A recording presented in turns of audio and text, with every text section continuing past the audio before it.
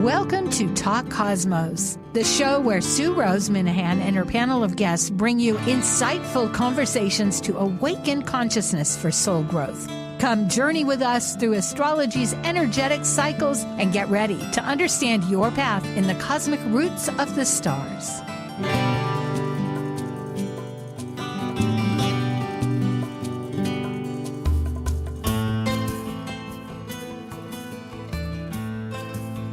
Sue, you're muted. Hi, we'll start again. I'm Sue Minahan. This is Talk Cosmos. We have a special guest today. We're talking about dwarf planets, and it's a little different therefore. Usually it tells a little bit about myself. I founded this in 2018. It's weekly with various panels. I happen to be an astrologer. I do evolutionary. I'm a graduate of the Dwarf Planet University, tutor a bit with them, thankfully, and I study vibrational astrology. I love mythology. I blog, etc., etc. I have a music degrees, but more important, today, right now, I have a wonderful guest, Melissa Elvira Billington from Australia. Hi, Melissa. Oh, you're muted. Unmute. You're muted too. There you go. Hi. Hello. Yes, the zones of time. I'm in Hawaii. You're in Australia. We're on the Pacific. This is great. And Melissa, Nate, maybe we should jump into our slides. Okay. Yes. Today we're going to talk about these three, and we'll go into more about that. Makemake, Varuna, and Quaoar. And Melissa, just to tell people a little bit about her, she's in Brisbane, Australia. And yes, indeed. Yeah. And has the blog Trust the Longer Journey on Substack. She's an astrologer, teacher, an artist. I love that. A yogi. How I added extra yogini. Yogini. Yes. Yeah, oh, very good. My yoga. Freedom is her brand on YouTube, and you can also find that on Substack. And she's a co-teacher and co-author of 3 books with Alan Clay at the Dwarf Planet University. One of them is on a subject that we're talking about today, Makemake. And she's also an actor in film, theater, stand-up comedy, and has 2 performances that are just delightful, and others and that I don't think she's actually put online yet, but we're waiting for Heaven on Earth and Pocahontas, a great parody of many dynamic thoughts. And in addition to all of this, Melissa is in her graduate studies in environmental realms at the University of Queensland in Brisbane. So I'm excited. Shall we talk about what this was your idea, which I'm so grateful for? Like, we are doing the higher octaves of the 3, 4, these planets that are ingressing into a new sign. It relates so powerfully because the 3 higher octaves are remaining in close conjunction. Their orbits mirror each other, 280, around 300 years, give or take. So you have that in the slides. I like that you added that in to give people a perspective of the planets that we know that we're familiar with, Jupiter, Saturn, and Uranus. Now with these discoveries of the dwarf planets in the last 25 years only, they expand us out exponentially into space in our solar system. So the ones that we're looking at are, as you're saying, in that realm of about 280 to 300 years to revolve around the sun. Yeah, so it's just fascinating. I went through and checked. They go about 3 degrees. They go down a pair. There will be a conjunction later this summer, and we'll talk about that. But generally speaking, they stay in such close orbit of degree. They may expand a little bit to 4 or 5, and then they shrink right back to conjunction of the degree. So it's. What do you make of that? Wow, they're working together. Yes, and the dynamics. There's an emphasis here and an emphasis there, but still it's this evolving consciousness. And they're all, as you had pointed out, I'd forgotten that Makemake is also a creation god. So they're all creation gods. Right, this is the time. If we're going to create a new world, it is now. Yes. So and when and they actually go beyond 2039, but that's when Quaoar ingresses Aquarius, and so maybe in the 40s they begin. But Varuna is in Leo. It's 279 years, and it is the higher octave of Saturn. And we've started with this because Saturn is the first to ingress, which is actually today. The day. It's today. I think it was next week. Oh, that's right. That's right. Today is, whoops, what did I do? I goofed. I went backwards. Okay, that's right. It's in a week. Thank you. And then all coming following that will be Jupiter with Quaoar, which is in Capricorn, and Jupiter will ingress in Cancer on June 7th. And that's the one that goes into Aquarius in 2039. And then finally, Makemake in Libra, which has the longest orbit, and Uranus is a lower octave, but Mercury is a lower octave of that, which ingresses in July. I think that's a good example of the higher octaves, because it's already in traditional astrology established that we work with these ideas of the octaves, right? The harmonics between when a new planet comes into our consciousness. So we already accept that Uranus is the higher octave of Mercury. So then moving from that, we now have another octave, an even higher octave, which is Makemake. And I just wanted to go ahead.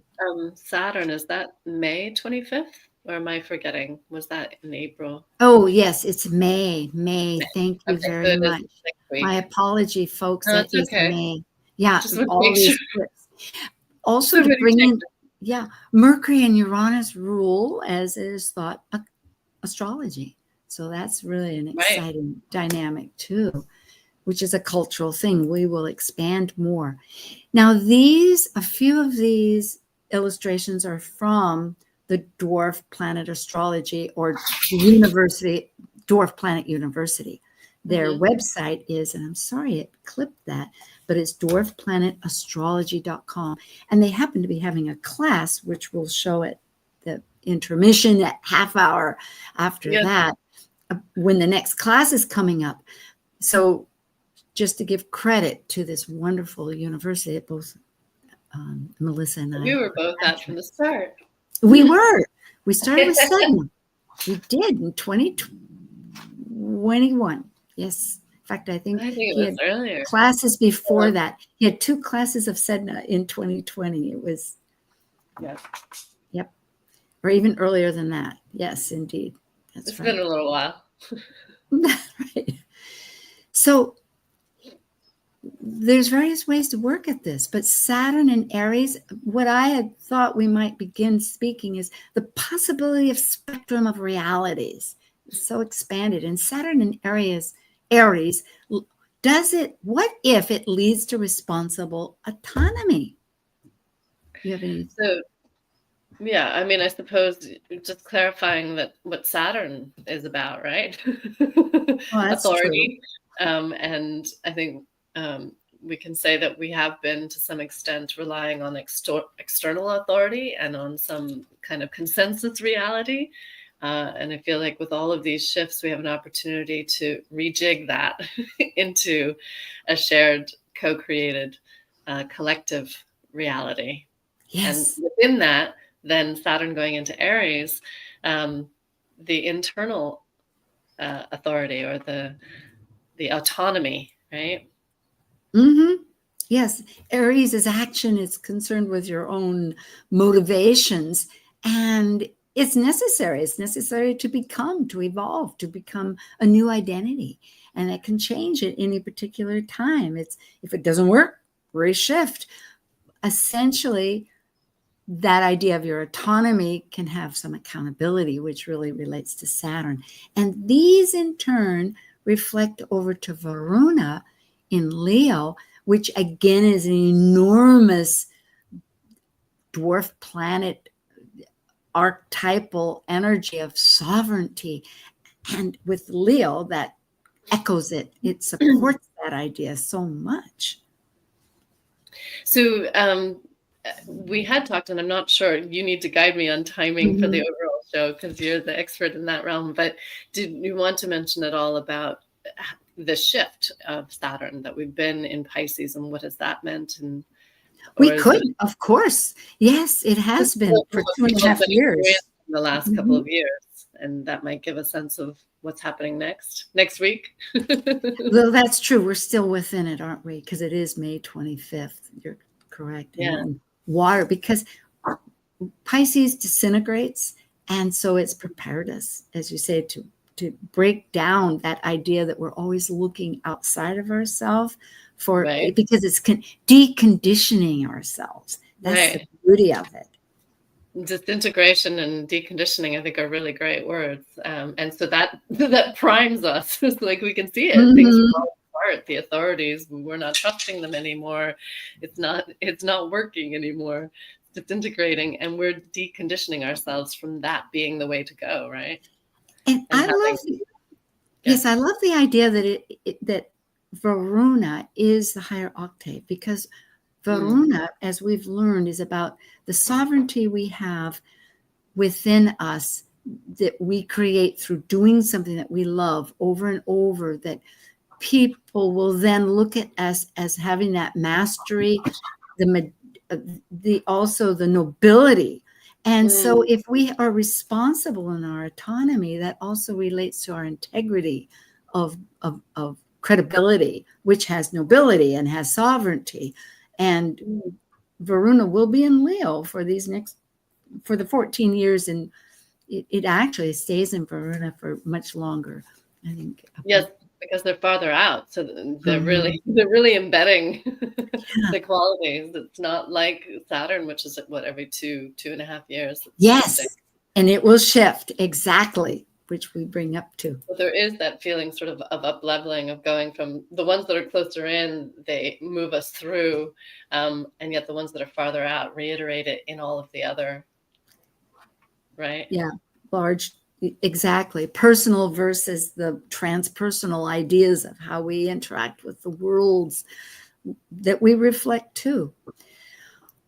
Well, we will go through some of these later in different manners, but this is an introduction, and I'm, to yourself and also to our audience. Quaoar. This one is really tricky to say. So if you go Quaoar, Quaoar, Quaoar, Quaoar. Well, English is not necessarily my native language, but thank you. And I love that. It's important.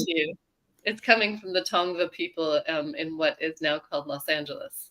So. Yes, for 7,000 years, a long, again, and genderless, without any form. It's not female or male. It's this concept that pre-binary.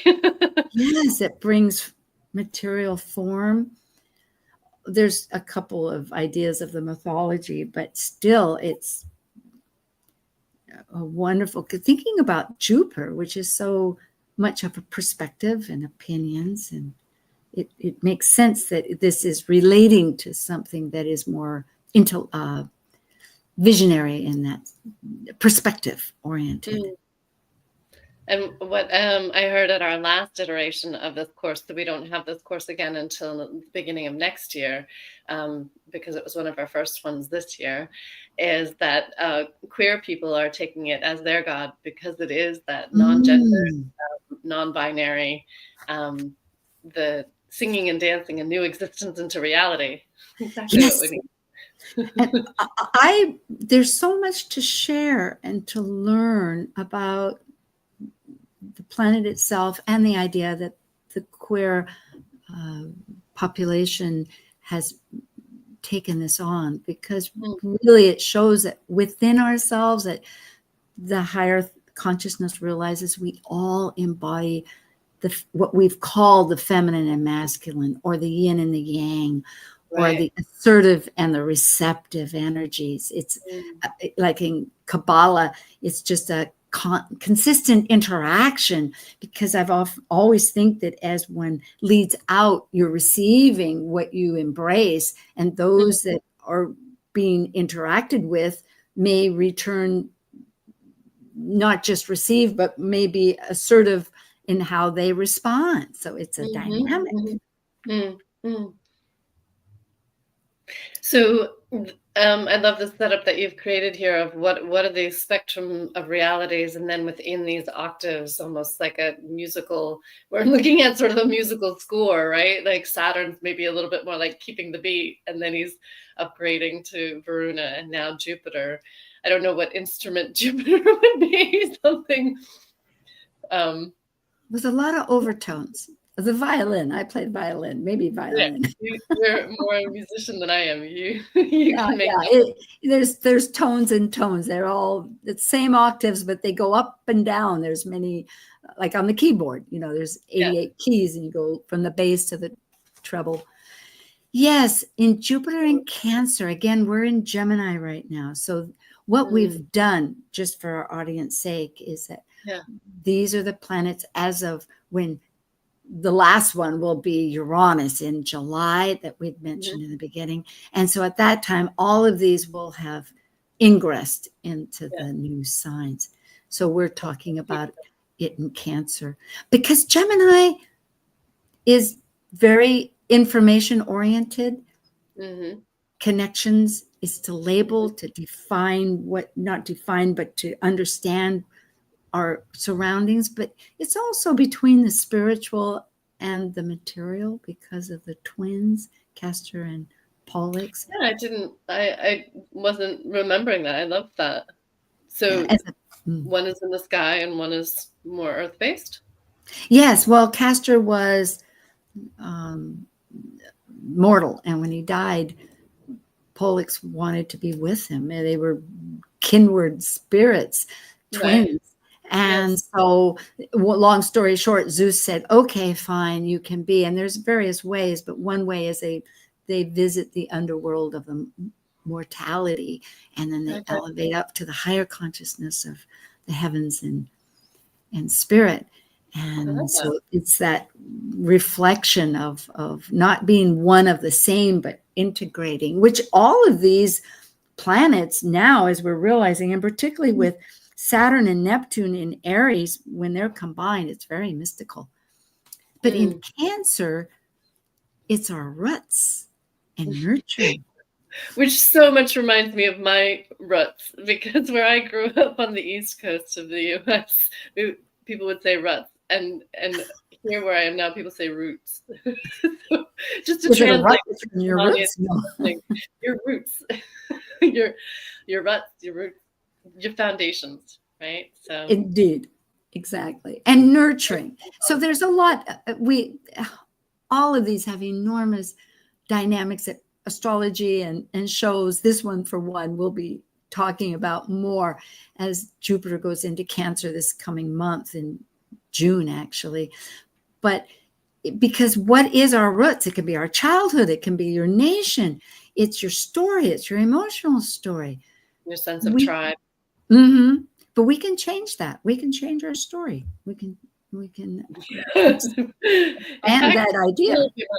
And I think with Quaoar in Capricorn, they are opposite. And it is asking to maybe unattach, that's right, unattach, decondition, unattach to what we've considered to be just so strongly our identity of foundations, that maybe it could be a different perspective.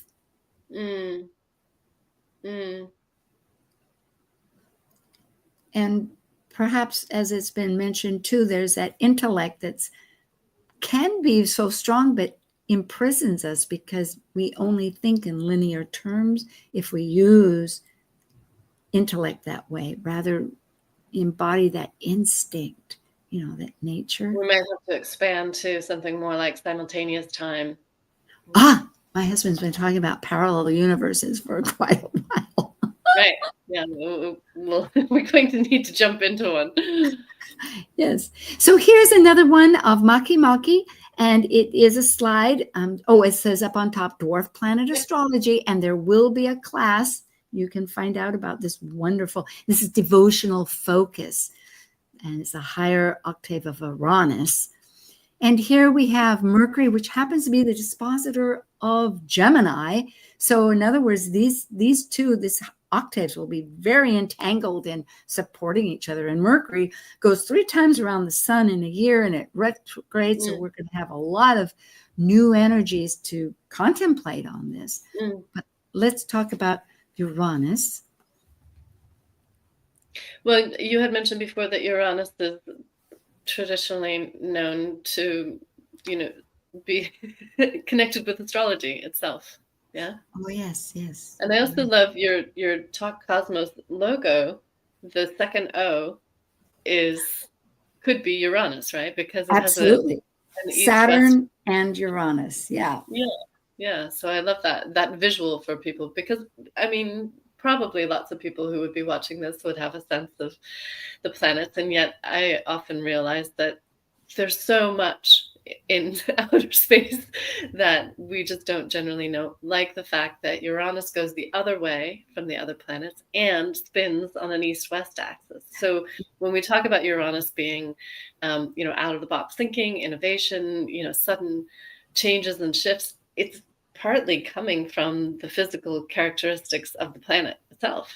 And I love that. Yes, it does. As you said here, breaking through that linear communication to connect intuitively, It is an intuitive planet. That's right. And what was I going to say about Uranus with its orbital shift that way? It breaks the pattern by doing that physicality that you're talking about in reverse from the others. Well, Venus also rotates backwards, but it doesn't rotate on its side, east to west, like Uranus. That's true. And therefore, in vibrational astrology, Uranus is considered to be the present. It has no interest in the past or the future. So I think that's one reason that we think of it as authenticity, like what is authentic right now. Right. And Mercury then also, you mentioned in that mythology of Castor and Pollux that it has access, right? It's one of the only astrological has access to the underworld.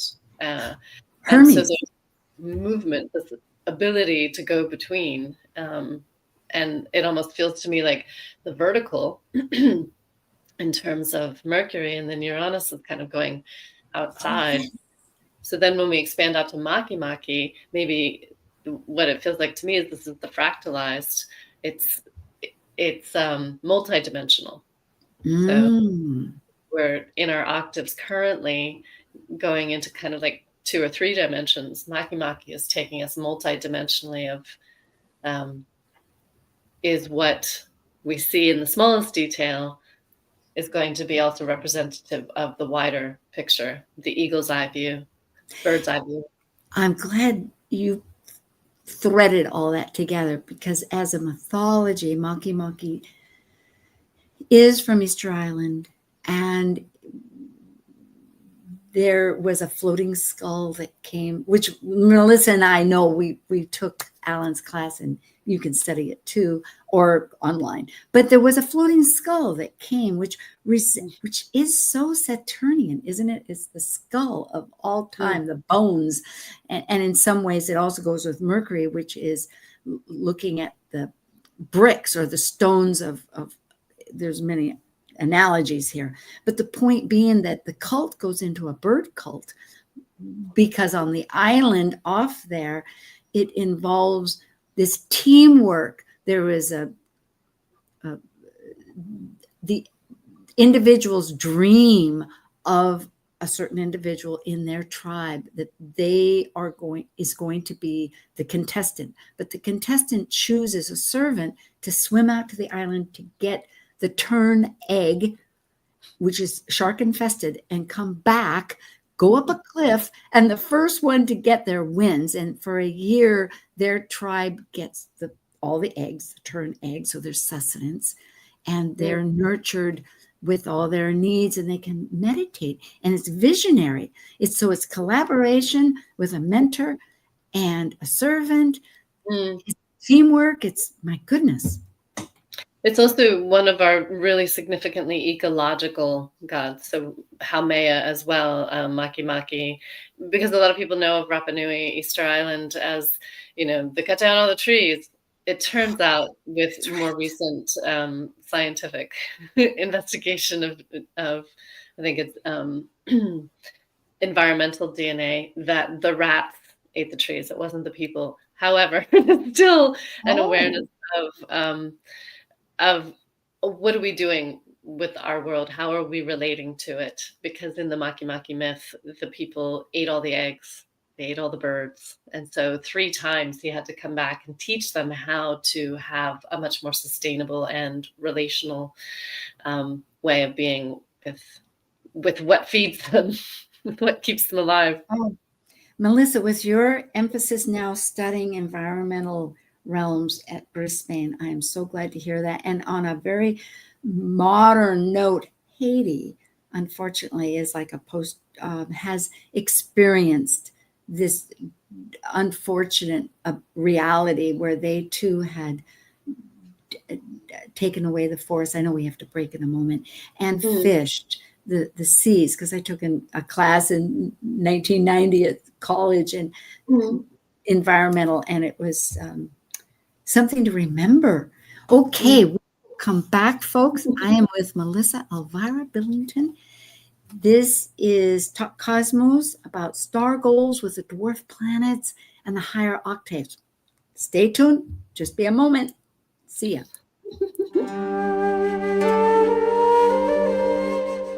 While we take a break from this week's edition of Talk Cosmos, let's take a look at this cycle's archetype.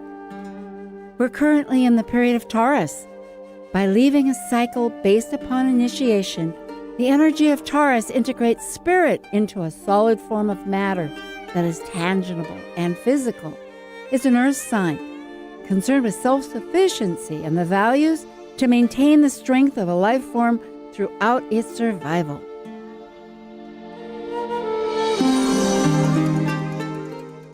Talk Cosmos brings insightful conversations to awaken consciousness for the soul growth with hour-long programs. Talk Cosmos weekly programs are also available to watch live on the Talk Cosmos YouTube channel and Facebook page. While you're there, make sure you click the like and subscribe buttons so you get the full Talk Cosmos experience. Or if you'd rather listen to the show archives with audio only, the entire podcast collection since 2018 is available on most podcast carriers. And to find out about upcoming programs, sign up for the newsletter at talkcosmos.com. So grab your coffee, tea, or kombucha and enjoy the show. This is Martha Norwalk. Every Sunday morning, beginning at 9 a.m., thanks in part to the Ananda Institute of Living Yoga, we cover the world of animals. This week, May 24th, it's an encore presentation. Tune in to hear our last healing show with Dr. Nels and Linda Rasmussen. Together, they helped callers and their animal friends with emotional, behavioral, and physical issues, and you can receive a surrogate healing just by listening and following along with Linda's instructions. Hope you can join us. Martha Norwalk's Animal World, Sunday morning, 9 a.m. to noon, right here on Alternative Talk, AM 1150. Alternative Talk 1150. Okay, let's go on with this, and then we'll come to our break here. Get back into position. Yeah, exactly. Well, around. This is the chart. Now, in my handy dandy way, I could animate it, but it was not showing that. So pardon me, this is the entire collection. No, it looks great. Yeah, no, I like goody. Thank you. So we color-coded it, as you can see, and starting off with the green, because it's Saturn that first ingresses, which will be in May 25th. Yeah, next week. Yeah, whereas this is, folks, remember, when Uranus has ingress, so it will be at 1 degree there. But anyway, so it is. Yeah, we're showing when all 3 of the lower octaves have ingressed, and then where the higher octaves are, and they're color coded, as you're saying. So, and there's a few more dwarfs, just for people to know. There's Ixion, Salacia, and Haumea here, but we've arrowed out the ones that we're focusing on. So the green for Saturn and Varuna are in green. The Jupiter and Jupiter and Quaoar. Quaoar. I had to learn. When I was 5 years old, I had a speech therapist because I couldn't speak. So I'm always learning. But this is good. This is good. Yeah, no, I feel like when we start to learn these names, then we're more inclusive. We're integrating different cultures. And Say so it once more. Once below. more. Quaoar. Quaoar. Quaoar. Quaoar. Yeah, so you almost, it's all vowels. Yeah, Quaoar. Okay. Quaoar. Yeah. Yeah. And that was Jupiter is in the orange. And then we have Varuna, Mercury, and so Mercury and Uranus and Makemake in purple. Yeah. What's fascinating? Oh, go ahead. Yeah. Yeah, no, I was just going to ask you did you want to talk about all of the other lines? A little bit. Let's choose. Notice the red means that they're either in opposition or in square, which in my world means action. It could be, vibrationally speaking, they always think of as an action. Now, that might be that your actions confront somebody else because they aren't ready for the action, but that doesn't mean that your action is intended to be necessarily confrontational. So we have over here, Makemake in Libra, which will stay in Libra, remember, for all this time. And it's good, all of these, and along with Quaoar.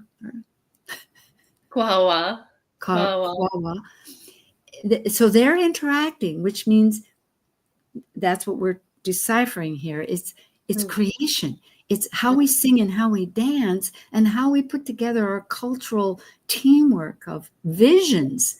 But along with that, at the moment, Jupiter, while it's in Cancer, is operating. Now, of course, Jupiter changes every year. So this is just the initiation that is kind of spurring it on. So it's getting us a new visionary concept of our philosophies, our perspective, our belief systems of what it means to be in our route, however it is. Do you say it one way or say it the other way? And listening to what supports you, where you come from. What's your story? What causes defense? Because a lot of Cancer is security and safety, and we want to defend and protect. It's that hard shell on that vulnerable, emotional. Well, and it's standing opposite. So you can see Jupiter down at the bottom there, in the yellow-orange color. Well, it is pardon me, Melissa. Remember, this is a Aries point chart, so everything starts. Just referencing where it is in the chart to then say it's opposite Quaoar up at the top. So that opposition, that action line of standing opposite. And yes, Sue, as you're saying, this is not houses in the traditional sense if you're looking at your birth chart kind of thing. So we're not interpreting houses, but just the relationship of those two standing opposite one another. And what does that signify? If we have this, and I love what you just said in terms of it being an initiation. It's like the harmonic signature of the next 14 years. You were talking about these guys are going to be in relationship.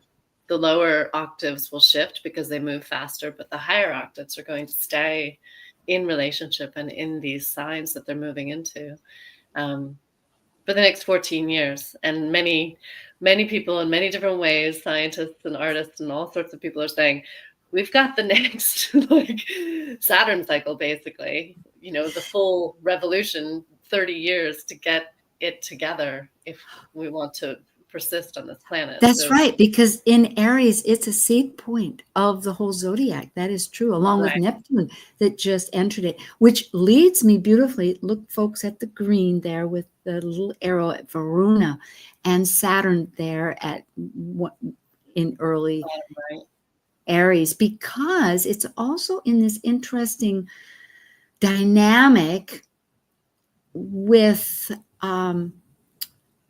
Makemake here. As you can see, it's sextile and it's trine, and there was an opposition, and it's called not the complex people, but it's a very resolution point.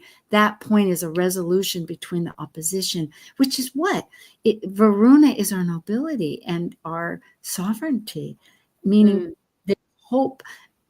If we are in that 30-year, not if, but because we're in a 30-year changing evolution of Saturn, of seeing our accountability and responsibilities, then it has everything to do with how we interpret our integrity of sovereignty in Leo. So you're saying that Varuna there is the resolution point? Yes, it is. It's a point of Thales, as it's called. And it's where a planet is the apex, trine and sextile in opposition. Yeah, and therefore it helps mitigate that resolve. And what was the point again? Point of? A point of Thales. Thales was a mathematician back in the Greek days, and THALES. So the main thing to take away from that is that the resolution point is for us to come into our sovereignty, and which is based on doing what we love, right? The core. So it's not doing something to gain recognition or a reputation. It's like, this is what I would do regardless. This is what I do anyway, which is actually how I'm here with you, because I was doing the astrology anyway, and I just kept doing it. And then Alan started to recognize me, and other people started to recognize me. And so here I am with you. So it's a different kind of, I think, dynamic than we might think Saturn, I have to do the work and I have to like establish the reputation. And this is more coming from the heart. Internal, just like we spoke of with Saturn, that's looking, because Aries is so personal. Thank you. That is very well put. And in a sense, maybe on the flip side of that, why recently I have the opportunity of being a tutor with your Eris class, which we just finished last night, which is fascinating. Right. Well, let's go to the third one, and then we'll lead on. It's with Uranus, which is signified this particular date on the 7th of July. And these are based out of Greenwich, just for timing for folks to realize. But it is an Aries point, again, just to reiterate. So here, Uranus is sextile to Saturn, which is at possibly the time limits, but happening. And it's also, I mean, my goodness, it's all kinds of good things. It's sextile to Varuna. It's trine. It's also a Thales point, you could say, with that same dynamic. And it's sextile. So we have a big picture here of, they call it angel wings when you have two. And I learned that from John Chinworth with another panel that I have, because Susan Tompkins, to give, I believe she's the one that phrased that angel wings when you have two Thales points. But it's all synergetic. Well, and again, this is not necessarily the orientation that you'd always be looking at with the houses, but what we're looking at now, what I see, is a boat with a sail, and the point of the sail going towards Makemake. But I love that angel's wings as well. And it's called that, sails and wedges. There's beautiful. A symmetry and a balance at the what is now the bottom of this chart, but then also a directionality, like an arrow point or a sail point over to the right towards Makemake. Yeah, one thing with the singing and dancing energies that we have there in Capricorn is having a fated push-pull, or needs to learn how to work with our nobility, our sovereignty of Varuna. But that's where all these other dynamics are lending. It's not just an immediate, I'm going to produce something and bring my thoughts into form. They have all these other dynamics that they're working with to do it. Well, I mean, I think musical score is a really great example, right? Because you can pull out just the one instrument, and that will have its own music, its own musicality, but that is not the entire piece. Thank you. Yes. It is that expansion of our capacity. That's also Makemake, of being able to see and hear the entire piece, as well as one Yeah. Good. So now what are we looking at? This is a brief snapshot so we can jump ahead, but it was just showing because we're still in May and all of these ingresses are yet to happen. In a week will be Saturn, and then next month is going to be Jupiter, and then the following month is Uranus. So just looking at one of the dynamics between the one in June with Jupiter and Uranus, and because Mercury is the lower octave of Uranus, and also the dispositor of, rules, or dispositor of Gemini, looking interestingly at first, and Mercury is the messenger, Hermes, as you say, goes below to the underworld and up to the heavens. Little wings on his feet. Speaking of wings.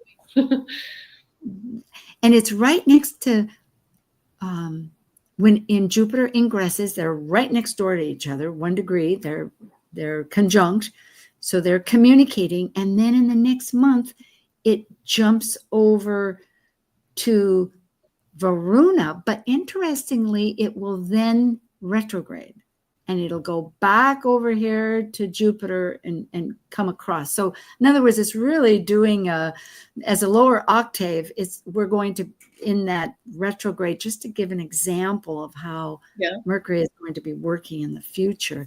And it's in Leo, so it's going to be very much about how we manifest. So it sounds like, to sum it up, you're saying there's a reiteration. Mercury is kind of playing between these higher octaves, whether they're Jupiter and Uranus or farther out into Makemake as well. Yeah, it's a messenger of we're going to get a lot of input, and of course it stays in a sign for a short period of time, except for when it retrogrades 3 times. It revolves around the sun 3 times, so it's pretty active.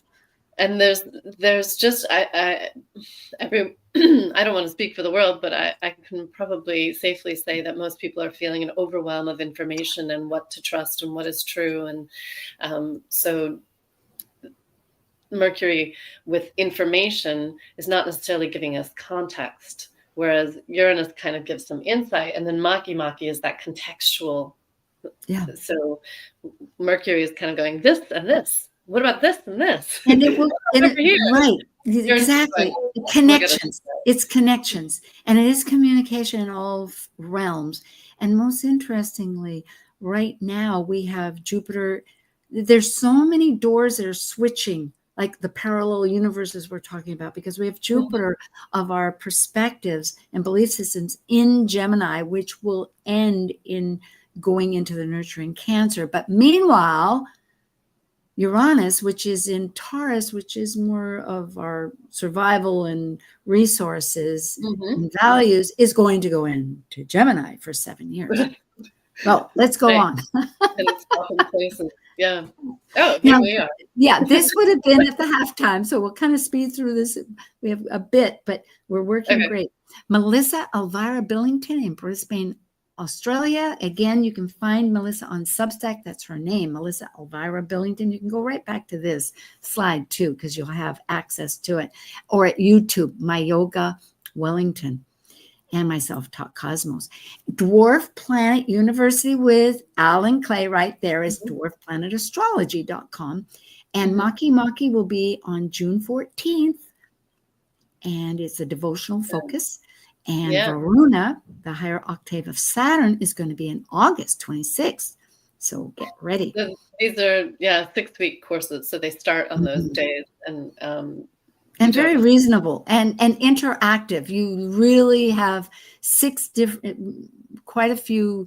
It's well developed program, so check it out. And it's accessible. You don't have to be an astrologer. We have lots of people who are quite new to astrology, actually coming into astrology from outer space. I just worked with a student last night within a year. She was so pleased that she was able to delineate, because it starts off with the houses, then it goes into the aspects. It's really an internalized sense of how to see these planets on through your own lens, and then shared through the other students. And people from all around the world. I mean, Europe, the United States, Australia, beyond, Africa. It's marvelous. It is. Trust the and longer. I was just going to say that I'm all about embodied consciousness now that you have this slide up, and so Oh, that's good. how the dwarf planet structures. It's like, how are we embodying this? How are we seeing this in our lives? How do we then action it in the world? So, and that's coming from my, for me, from my background. My emphasis on embodied consciousness is from being a yoga teacher for half my life. And all around the world. Yes. And this Yeah. is a wonderful Substack with marvelous blogs that are very Thought-provoking, hopefully. Yes, ma'am. That's right. YouTube on Talk Cosmos, you can go to. Yeah. And we have every week a program. And I put in 2 for Planet Buzz because they're most appropriate. There was one with Adam Gainsbourg about Mars itself, which is, and he'll be back in August. And then Saturn, we just did last week, I believe, with Jason Hawley, which will be ingressing later in a week. And pretty dynamic. And then next week is the monthly new moon that I have. And then there's another one happening. Yeah. But I also do a dwarf planet series. It's now and again with Liz Mouchette on hers Astrology Star Sisters Talk Over Tea. So you can listen to that. We did one about the Neptunian ingress with the seed points of all these planets. Cool. So thank you folks for signing up for the newsletters. There is a vibrational astrology coming up on Labor Day called Fractal Cosmos. Let's get to us. We have a few minutes here, about a good 10 minutes. This is when these 3 are actually all at 9 degrees. 2 of them are exact. Wow. Yeah. And the other is like less than 30 minutes Leo. Yeah. And that will be the 23rd of July.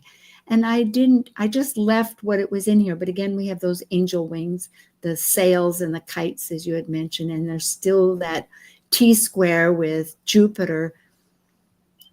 What's it telling me is that we really have an empowerment of the visionary ability of Makemake with Quaoar. Quaoar. Yeah, it sounds like you bounce off. Quaoar. Quaoar. I'm singing. Yeah, maybe that's what you have to do. Sing it. Of relationships. I think that's one thing we were picking up of the Libra part of this, and along with the other of the but the outer planets that we're used to in Gemini and Aries, of the dynamics of connections and starts and communication and relationships, that what we see is evolving, and it's have this pinnacle point perhaps, but it's over a large period of time. So have faith. What's your thoughts here about some ideas? Well, I just love what you're saying in terms of relational. And, there's been a lot of research of, hopefully, I would say, let's say there's more research of respect for indigenous cultures and ways of being, indigenous knowledge systems. And that is definitely what Quaoar and Makemake, and also Varuna is our first Indian, Yes. So I just love the diversity consciousness that we're seeing in the heavens now of what exists on Earth. All of these different cultures now out of the Greco-Roman pantheon, but the relationships that you're saying about Libra is also so key in indigenous knowledge systems. So it's all based on relationships and how we're relating, the integrity that we're relating to one another, all beings, not just human beings. Yeah, Varuna, I forgot to mention, is a water god. Originally of both the waters from the rain and the oceans. But then as it came along, Varuna had the insights to realize that there was a problem with the waters that would resolve itself, because you can't control water. Water just circulates. But in the event, gave that to Indra, without going into further detail because we're trying to move along here. But it is the god, it is a water god of the oceans and also of love, because there was Rama who wanted to cross to get his beloved and was going to destroy the ocean. But again, in his infinite wisdom, Varuna said, knowing that you can't, the ocean is going to act like the ocean. You can't destroy it. You can't do anything. And told Rama, go ahead, find your beloved. You can cross, you can bridge it. So there is this sense of integrity with Varuna, of nobility, that doesn't have the cutthroat ability of Saturn that people might consider when it's external and you're thinking of accessing your goals, but rather the internal source of love.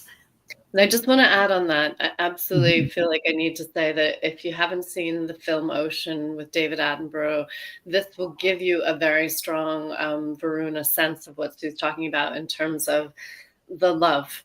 Our ocean, really, in terms of our planet. Our planet actually should be called ocean because it's more ocean than Earth.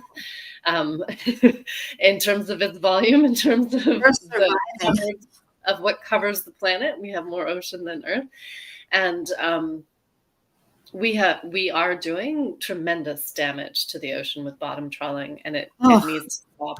So it is potentially one of our only solutions for our own species remaining on Earth to take care of our ocean. So that's what Varuna is bringing in. Yeah, we just came back from the volcano. It was erupting at 1,000 feet. We were able to see it. It was just amazing. Pele, a couple of days ago. However, coming back, there's a beach here just south in Kailoa Kona that was closed because they're seeding the reef. I'm so excited because it's one where all the population here, people go down and see the reefs, and there's the protected area in the ocean outside of Hawaii that's the largest in the world, on land or at sea. So definitely go see that film because it features in the film. Good. I know. It's our, yes. The dispositors, just to go through this, just to give an idea. Now, remember, Varuna is in Leo for all this period of time. The sun will change monthly. How we're getting that sense of nobility is going to be. The dispositor is the ruler. Sun, so just for people who are new to astrology, I know it's like your language, but somebody else might be, what is she talking about? Quaoar. In Capricorn will always be Saturn. Now Saturn changes every 2.5 years and will just be entering Aries. It's just leaving the water. It's going into the steamy fire of Aries for 2.5 years. Makemake in Libra is an air sign relationship between two things. And its ruler, or the one it goes to, is Venus. So there's sextile squares and quincunx. You can see this, that they do change in how they relate through these years. And in 2039, it will go into Aries. So we have a minute as the music goes on. How did that happen? I thought an hour. I was like, how are we going to say anything in an hour? How are we visualizing? I think the idea that you brought up, the ocean, is paramount. That's one of my dearest. I see it every day. It's we're 70% water. The moon moves our vibrations like water. We need to enact and be resolute with our streams, with the fish, with the waters. From love. I mean, you protect what you love, right? And that's also that Jupiter in Cancer is we protect what we love. So we have enough more. Thank you, Melissa, Elvira Billington, Octave Stargoals with Dwarf Planets. Return. Thank you so much, everybody. Thank you for joining an insightful conversation on Talk Cosmos, the show where Sue Minahan and her panel of guests awaken consciousness by connecting soul growth patterns with astrology's energetic cycles. Be sure to tune in next week, same time, same place, to continue your journey through the roots of the cosmic pathway.